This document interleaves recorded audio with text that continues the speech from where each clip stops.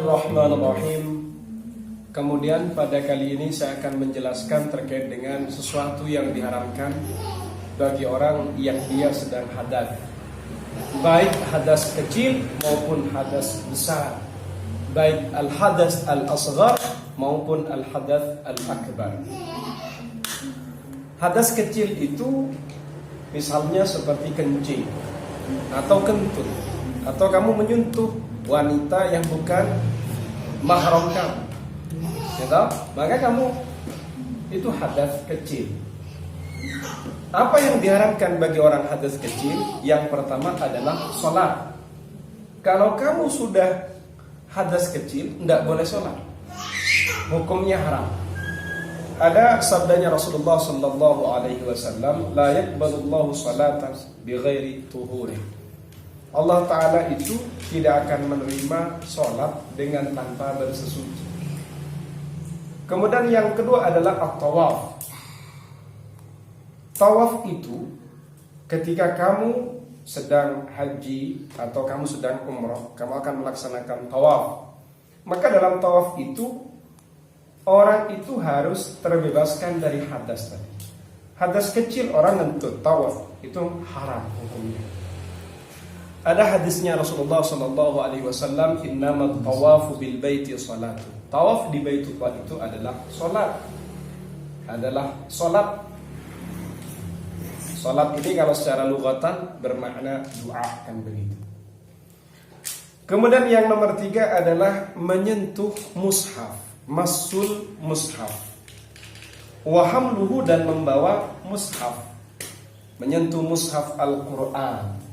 Jadi kalau misalnya kayak gini ini namanya mushaf Al-Qur'an, bukan Al-Qur'an. Mana mushaf Al-Qur'an? Yang benar itu kita berbicara mushaf Al-Qur'an. Apakah mushaf Al-Qur'an harus seperti ini? Tidak. Misalnya ada satu papan, kemudian saya tulis Bismillahirrahmanirrahim, ya kan? Itu termasuk juga bagian dari mushaf. Begitu.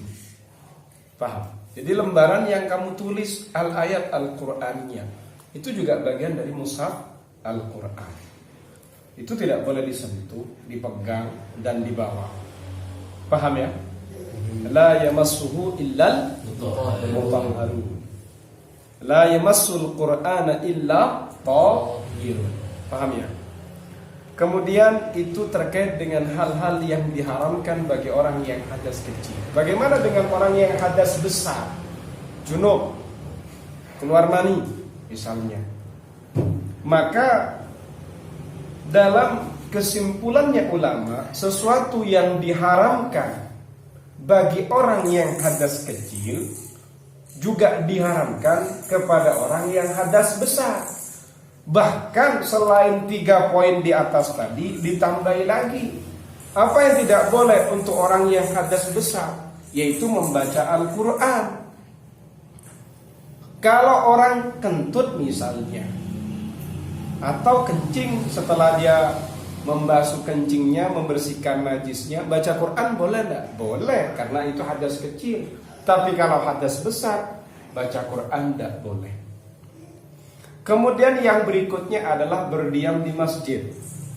Kamu diam di masjid itu junub, enggak boleh. Makanya kalau kamu junub enggak boleh di masjid Tarbiyah atau di masjid Ulul Albab, kamu enggak boleh berdiam di situ. Hukumnya haram. Paham ya? Ada sabdanya Rasulullah sallallahu alaihi wasallam, la uhillu al-masjida li haidin wala junubin. Saya tidak menghalalkan masjid bagi orang haid dan orang junub. Jadi ada gridnya. Sesuatu yang diharamkan bagi orang yang hadas kecil, kemudian sesuatu yang diharamkan hadas besar atau orang junub. Ini semakin ke bawah semakin berat. Ada lagi sesuatu yang diharamkan bagi orang haid. Seperti itu. Orang haid ini nanti mencakup juga orang nifas. Selain hal-hal yang diharamkan bagi orang yang sedang hadas kecil dan orang yang sedang junub, maka nanti ada penambahan lagi. Apalagi yang diharamkan?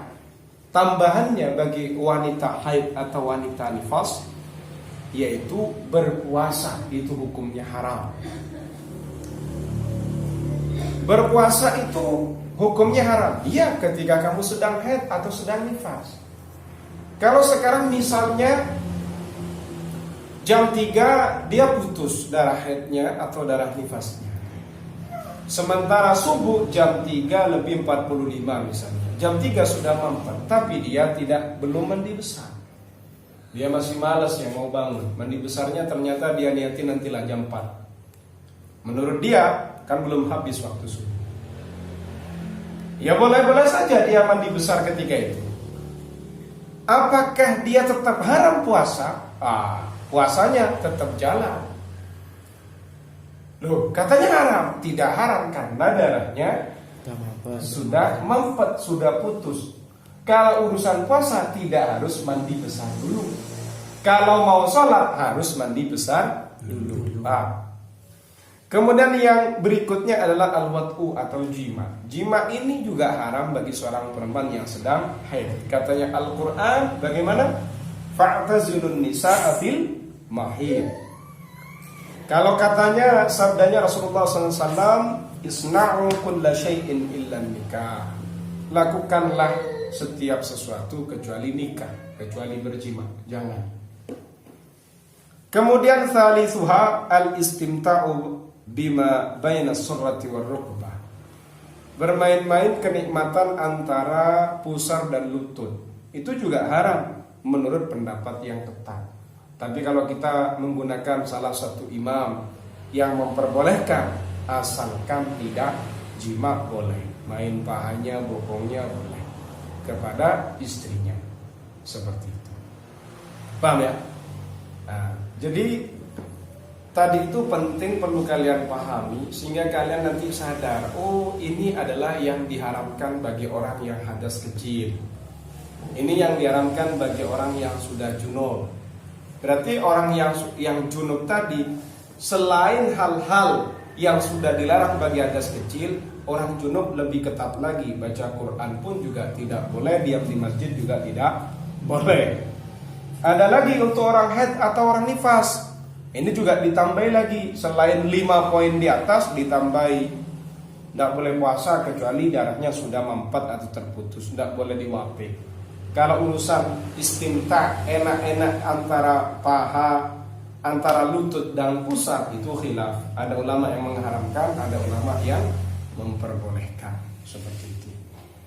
Itu saja yang bisa saya sampaikan. InsyaAllah berikutnya nanti kita akan mengkaji fikih salat secara utuh, secara konsep dasarnya. Setelah itu nanti saya akan mempraktekkan bagaimana salat alal fiqh syafi'i. Semoga kita diberi panjang umur yang barokah, amin, dan ilmu ini menjadi ilmu yang bermanfaat di dunia dan di akhirat. Amin ya rabbal alamin. Nakhtatim hadzal liqa' bi qira'ati hamdalah jama'atan. Alhamdulillahirabbil alamin.